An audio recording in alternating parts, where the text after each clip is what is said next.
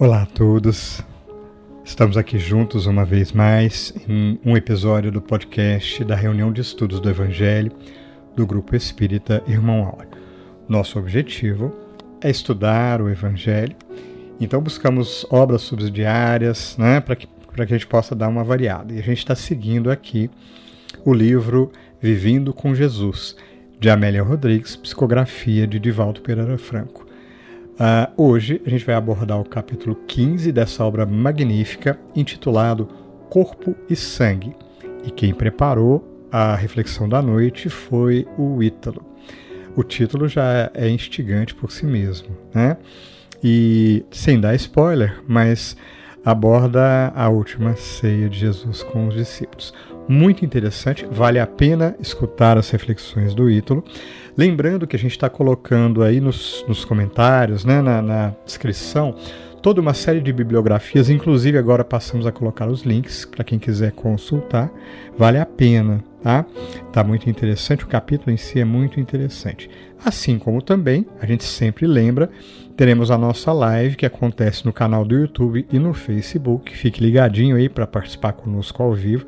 Se não puder, não tem problema. Entra lá depois, fica gravado. Deixe seu comentário. O que nos leva ao convite que a gente sempre faz, Junte-se a nós nesse esforço. A gente está aqui para buscar divulgar a palavra do bem, o estudo da doutrina espírita, enfim, de tudo que é bom e proveitoso para o nosso espírito. Então divulgue os links, entre conosco nas lives, deixe seu comentário, enfim, se achegue, participe conosco, se envolva.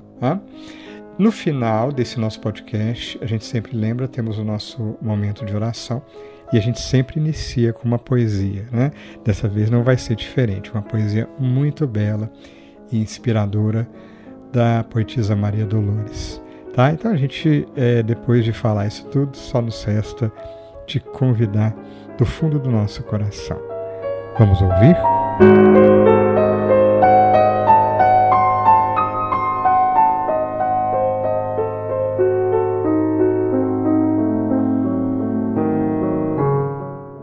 Olá a todos.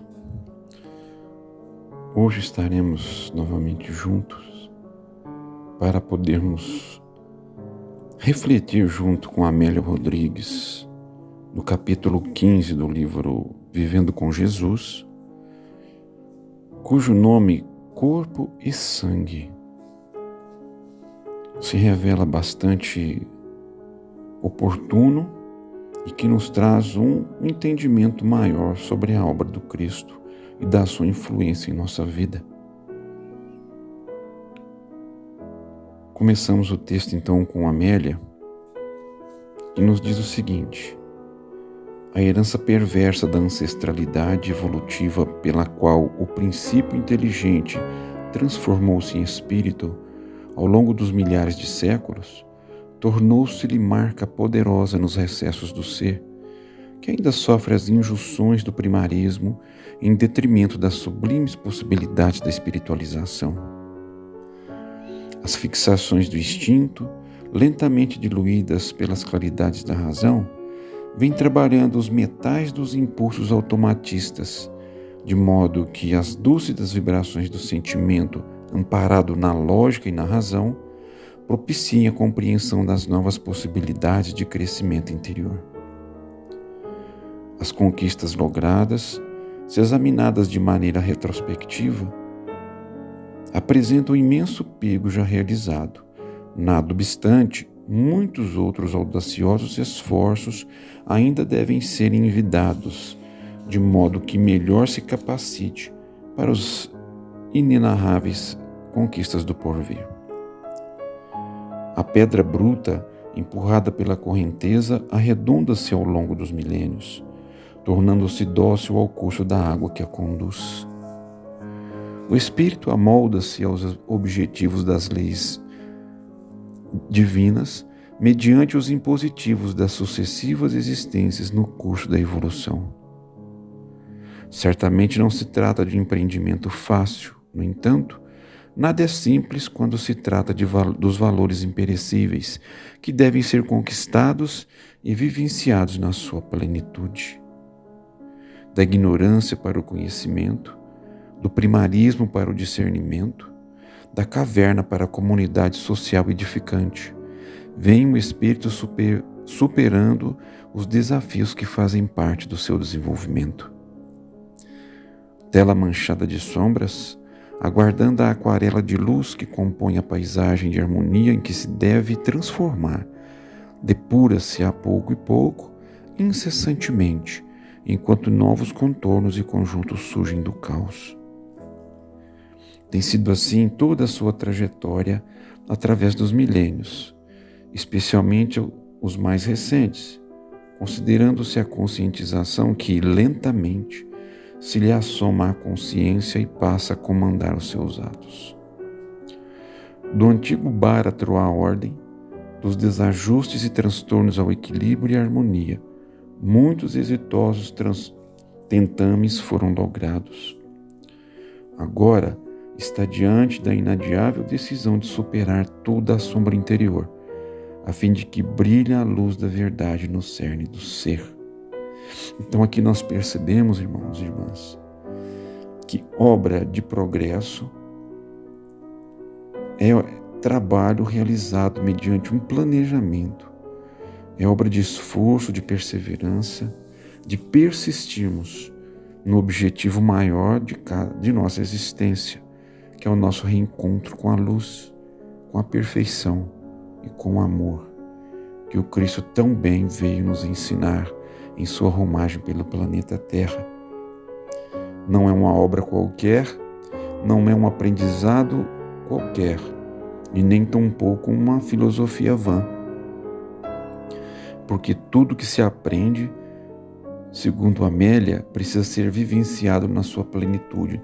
Experimentarmos toda a extensão do que nós chamamos de conhecimento, de racionalidade, logicamente iluminado pelo saber divino, tão bem interpretado, tão bem ensinado por Jesus, que nos inspire então, nosso Mestre, ao nosso aprendizado mais íntimo, mais intenso, que nos ligue novamente com a divindade. Nós buscamos ainda aqui nesse pequeno intervalo o apoio de Paulo quando escreveu aos Romanos no capítulo 12, logo no seu primeiro versículo. E ele diz então: rogo-vos, pois, irmãos, pela compaixão de Deus, que apresenteis os vossos corpos em sacrifício vivo, santo e agradável a Deus, que é o vosso culto racional.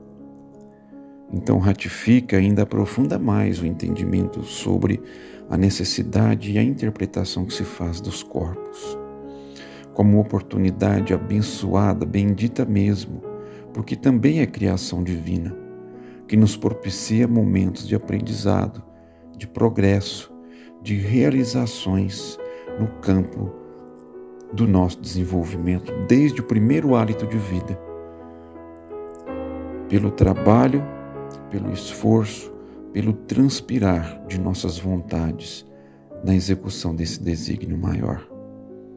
Paulo, então, diz sobre sacrifício nesse processo, mas não é o de dor, não é o de imolação, não é o de perda de estabilidade física ou emocional, qualquer que seja, mas de prática racionalizada de amor, de fraternidade e de amparo mútuo. Isso sim, sacrificando o egoísmo, a falta de sensibilidade e a escuridão que ainda talvez transportemos em nossas almas.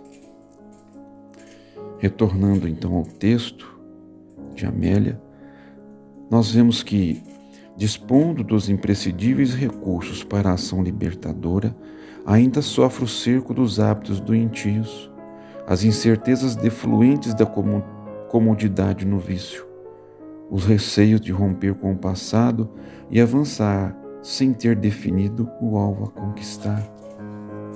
Certamente, todas essas questões estão esclarecidas no Evangelho de Jesus, cujas diretrizes não deixam margem a qualquer tipo de insegurança ou dúvida. Quem teme as alturas nunca se atreverá a sair das furnas onde se homizia, justificando fotofobia. É inadiável avançar, romper o casulo retentivo para poder voar, deixar-se conduzir pelas brisas suaves da felicidade que convidam à libertação. Aduzindo aqui mais um texto de Paulo, quando escreveu a Timóteo, segunda epístola, capítulo 1, versículo 13, que diz: conserva o modelo das sãs palavras que de mim tens ouvido, na fé e no amor que há em Cristo Jesus. E fé, nós já sabemos, vem de lei, vem de ouvir o que está escrito na verdade divina e colocar em prática, porque nos compreendemos.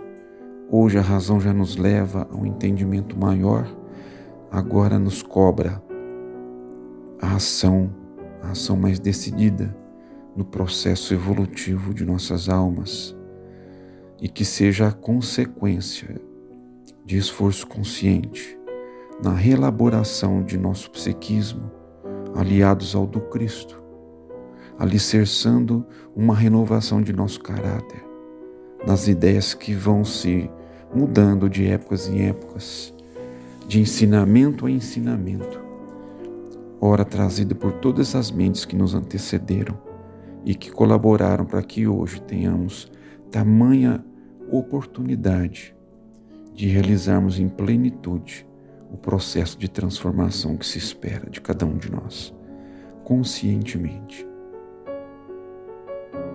Porque permanecermos assim, aos temores injustificáveis, permaneceremos estagnados em nosso progresso, perdendo valioso tempo e valioso recurso que são os nossos corpos, as pessoas que nos cercam, enfim, todos os recursos encaminhados por Deus para que consigamos despertar novamente para a luz e para a eternidade. Voltando ao texto, encontramos que chegavam os momentos definidores da Boa Nova. Para esse fim, ele viera e tentara preparar os seus da melhor forma possível. Servir-lhes de bastão de segurança nas horas da tibiedade moral e do desfalecimento. Alimentara-os de vida abundante em todos os momentos. Demonstrar a sua intimidade com Deus. Ensinara pelo exemplo, superando os padrões estabelecidos. Enfrentar os labirintos do coração e os porões sombrios dos seres humanos com a mesma altivez e coragem. Conviver com todos os tipos existentes na sua terra, sem demonstrar preferência por uns em detrimento de outros. É claro que os elegera porque eles estavam comprometidos com a mensagem desde antes do berço. Para isso também vieram, foram preparados, receberam apoio, foram amados como poucos. As horas da verdade chegavam inapeláveis. Nesse pequeno trecho, nós percebemos que o Cristo essencialmente serviu e continua servindo sempre aos desígnios do Pai. Desta forma, ele corporifica a verdade. Então, ele dá corpo ao que Deus nos emana de sua essência tão sábia e tão cheia de amor. E o Cristo dá o seu próprio corpo em honra da obra, em honra do objetivo de nos mostrar o caminho, de exemplificar como estaremos de volta ao seio divino. Mesmo na verdade, nós nem saímos de perto do Pai, porque Ele nunca nos abandonou. Nós apenas desviamos a nossa atenção e tomamos um caminho baseado em nosso próprio conceito, ainda tão egoísta, tão egoisticamente vivido, tão cheio de orgulhos e de vaidades injustificáveis, que nos ligam aí então mais à materialidade, à sensualidade do que a vida na matéria nos impõe, e nós abrimos as portas então para experiências infelizes que nos trouxeram até esse momento. E que, segundo o texto que nós acabamos de ver de Amélia, nos traz oportunidades de nos provar, de nos experimentar e de buscar o crescimento íntimo no entendimento e no exercício do bem. Mesmo imperfeitamente, mesmo ainda sujeitos às máculas do nosso caráter, que ainda se sobrepõe à nossa vontade, mas que já começamos a vislumbrar algo diferente, uma outra forma de encarar a vida, uma nova oportunidade de podermos então entrarmos nas fileiras da luz algum dia, até que esse dia chegue. Aqui estamos sendo suscitados à vigilância e a trabalhar incessantemente para nós, para o próximo, fazendo sentido, dando corpo ao aprendizado realizado. Que a cada nova estação, como sendo as nossas reencarnações, algo tiramos de lição, algo construímos em nossa jornada, o que tem significado importante para todos nós. Então aqui nós percebemos que trabalho no bem, doar-se integralmente, dar corpo à nossa evangelização, nesse processo então de esforço, de perseverança, de consciência desperta. Nós buscamos então agora um apoio no Evangelho, no seu capítulo 11, item 9, um texto de Fénelon, ditado em Bordeaux, 1861, que diz: Amados irmãos, aproveitai essas lições. Sua prática é difícil, mas a alma retira delas um bem imenso. Crede-me, fazei o sublime esforço que vos peço, amai-vos, e logo vereis a terra transformada num paraíso em que as almas dos justos virão repousar. Sim, isso tudo resultado de esforço, de consciência desperta, de vontade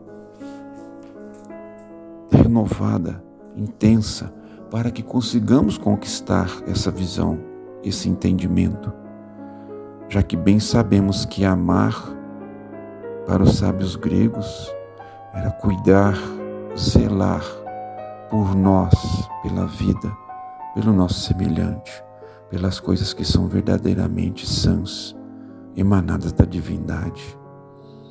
Então esse é o único caminho que temos, segundo Paulo de Tarso. O Cristo é o nosso único caminho, o plausível, o que nos leva a atingir esses objetivos. No entanto, o esforço da jornada nos pertence. O esforço da transformação é de nossa alçada, mesmo que caminhemos imersos no psiquismo do Cristo, que faz por nós ações e bem que a gente nem imagina talvez, mas que um dia nós teremos o olhar de ver e os ouvidos para ouvi-lo, e teremos a inteireza desse entendimento. Agora, mesmo que seja por intuição, sigamos um caminho, como ele mesmo se nos apresenta. Levanta-te e anda. E assim nós prosseguiremos em nossa jornada de conquistas. E ainda nesse trecho que nós lemos de Amélia, nós percebemos que o grupo de apóstolos do Cristo, sim, já recebera, desde antes de sua encarnação, as orientações necessárias ao trabalho que empreenderiam frente a todos nós, irmãos, na divulgação da Boa Nova, iniciada pelo Cristo e que precisaria então ser levada a todos os recantos do planeta, para que nenhum filho de Deus, nesse canto do universo, possa alegar ignorância ou abandono. Todos nós temos as oportunidades que merecemos, que necessitamos para essa compreensão maior da nossa vida. Pergunta-se então, somente os apóstolos têm e recebem essas orientações, esse amparo? A literatura espírita nos traz informações preciosas para esse entendimento. Ninguém reencarna sem algo saber, sem algo ser ajustado com as verdades divinas, mesmo que intelectualmente. Porque a partir dessa intelectualização ou da compreensão das letras que se nos chegam ou das palavras que ecoam em nossas mentes, é onde temos a oportunidade de mudar um ponto de vista, de alicerçar com razão, com a base sólida no saber, para termos então condição de crescimento moral e espiritualmente falando. Isso significando então que Deus é extremamente bom, extremamente generoso com todos os seus filhos, que sempre nos oportuniza o instrumental necessário, desde que assim o aproveitemos de forma adequada, na realização do bem, na ordenação de nossas almas e na sequência de nossos esforços, de hoje para sempre. E entrando no trecho final do texto de Amélia Rodrigues, nós vamos encontrando assim: eram os dias da Páscoa, das festas que se vestiriam de tragédia. Ninguém poderia imaginar o desfecho da saga espetacular. Somente ele o sabia. A mesa posta e todos à sua volta. A sublime lição de humildade, lavando-lhes os pés, fora executada com grave elevação em profundo silêncio.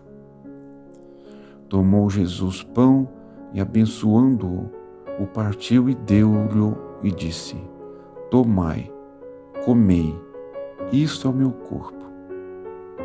E tomando o cálice e dando graças, deu-lhe, e todos beberam dele. Está registrado esse pequeno trecho em Marcos 14, 22 a 25. Continua Amélia: era necessário comerem o seu corpo e beberem o seu sangue.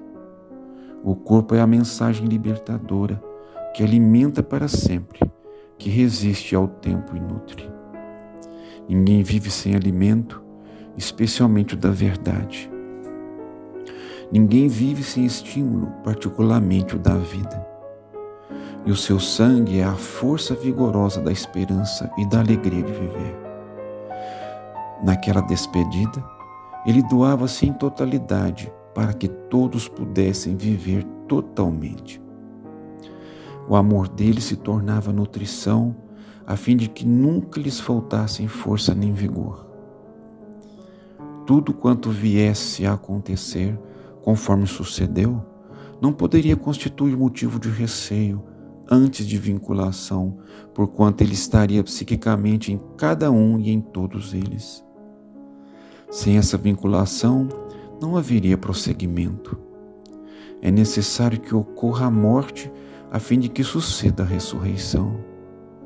Se ele não partisse, o Consolador não viria no seu momento, conforme aconteceu quando, em plena noite do ateísmo e do cinismo, os túmulos se arrebentaram e as vozes silenciosas, que nunca deixaram de cantar a imortalidade, trouxeram um hino vigoroso da sobrevivência, facultando a convivência dos ditos mortos com os chamados vivos.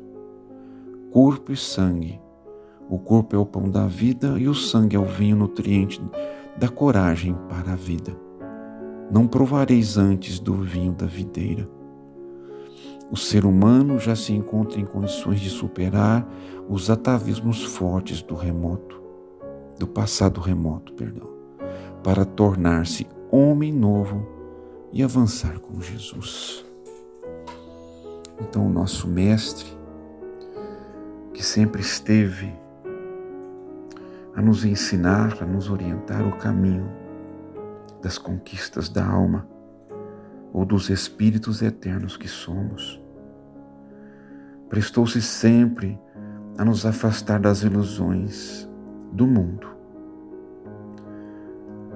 a desapegarmos das posses, do conforto, ou da luxúria, enfim, de todos os segmentos que a matéria nos encaminha e a tantas armadilhas.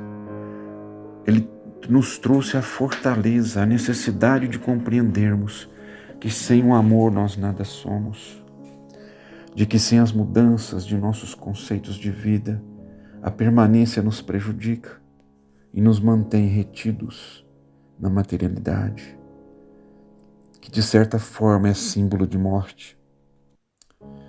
Mas quando nós nos despertamos para os voos maiores, quando aceitamos o chamamento do Cristo, onde cada dia buscamos algo mais para podermos dignificar a existência, é o retorno à luz, à vida, o que se pode entender como ressurreição, já que o espírito não morre, mas que no contato com a consciência superior e divina, no exercício de todos os dias, de nos conter, de aprender, de nos atirar às conquistas que precisamos, nesse processo de ressurgir, é que vamos justificando, glorificando a obra divina, dando graças, compreendendo então o nosso compromisso com a verdade, na execução dos nossos desígnios, na mudança de paradigmas,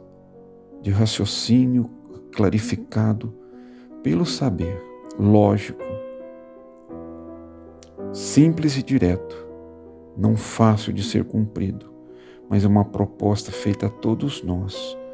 O grupo dos apóstolos é o símbolo da humanidade, e a ele foi dado a tarefa então de nos mostrar o caminho pela prática, pela vivência, pela superação, dando a entender que a vida verdadeira é a do Espírito, e a ele que nós devemos render os nossos esforços de consciência, de dedicação e de prática. A morte do Cristo nos chama a atenção para que, como Ele também, doemos os nossos corpos à causa divina, à libertação de nossas consciências, e que de épocas em épocas, de vidas em vidas, de reencarnação em reencarnação, nos encontraremos fatalmente, primeiro com o nosso Mestre querido, e assim, frente a frente, com o Pai bendito e amoroso, justo e bom, que nos deu vida em abundância para atingirmos a perfeição que Ele planejou para todos nós. Sendo assim, irmãos, sigamos adiante, caminhemos sem hesitação para atingirmos o nosso objetivo. Esse, o jeito adequado de demonstrarmos gratidão, hoje e sempre. Que Ele nos abençoe sempre. Que assim seja. Iniciamos o nosso momento de oração de hoje com a poesia Cantiga das Palavras, de Maria Dolores.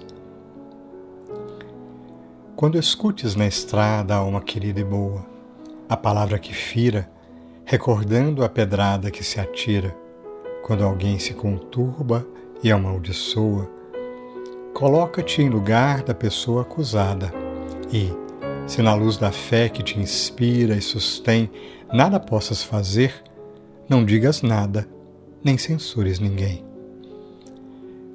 Pelos caminhos do cotidiano, quem se afeiçoa à queixa renitente é igual a nós, um coração humano, às vezes enganado, outras vezes doente. Muita afeição que cai ou se arroja de todo no azedume infeliz, não sabe que remexe uma furna de lodo, nem pondera o que diz. Injúria, humilhação, Sarcasmo, treva, na comunicação verbal que te procura, são canais de mais dor, quando a dor se subleva e cria delinquência, expiação, loucura. Ante as palavras rudes ou sombrias, considera também, por outro lado, de quanta compreensão precisarias se tivesses errado. Palavras de ferir, palavras de humilhar, mágoas de quem falhou, reclamações de alguém, violência, agressão, amargura, pesar. Entrega tudo a Deus nas vibrações do bem. Nunca leves adiante a sombra que te prova. Lembra a lição do sol, sereno e superior, que abrindo cada dia em luz de vida nova, tudo cobre de amor. E tocados, Jesus, pelas vibrações do Evangelho, inspirados pela poetisa, buscamos a prece uma vez mais e te buscamos nessa prece, divino amigo. Que possam as reflexões do Evangelho em torno da tua magnânima figura inspirar-nos, pois que sabemos que estás conduzindo a toda a humanidade. Sabemos quantos anjos de amor, espíritos sublimes estão por toda parte. Lembramos ainda do nosso anjo de guarda, que está sempre ao nosso lado. Quantas bênçãos, Jesus, quantas oportunidades. E nessas reflexões de agora, em que abrimos o nosso coração, te rogamos, renova, Jesus, ou eleva ao Pai os pedidos pelo nosso coração. Ajuda-nos e ampara-nos, protege, sustenta-nos, inspira-nos para que possamos fazer da nossa parte, reconhecendo tuas mãos sublimes a nos amparar e guiar. Que possam os espíritos superiores encontrar em nosso coração a disposição sincera, que possamos de nossa parte abrir as portas do coração e da mente, sermos mais dóceis ao amor divino que nos conduz, mestre amigo. Fortalece-nos. Te damos graças por tantas bênçãos. Damos graças ao Pai de amor e de bondade, que sempre nos ampara. Que assim seja.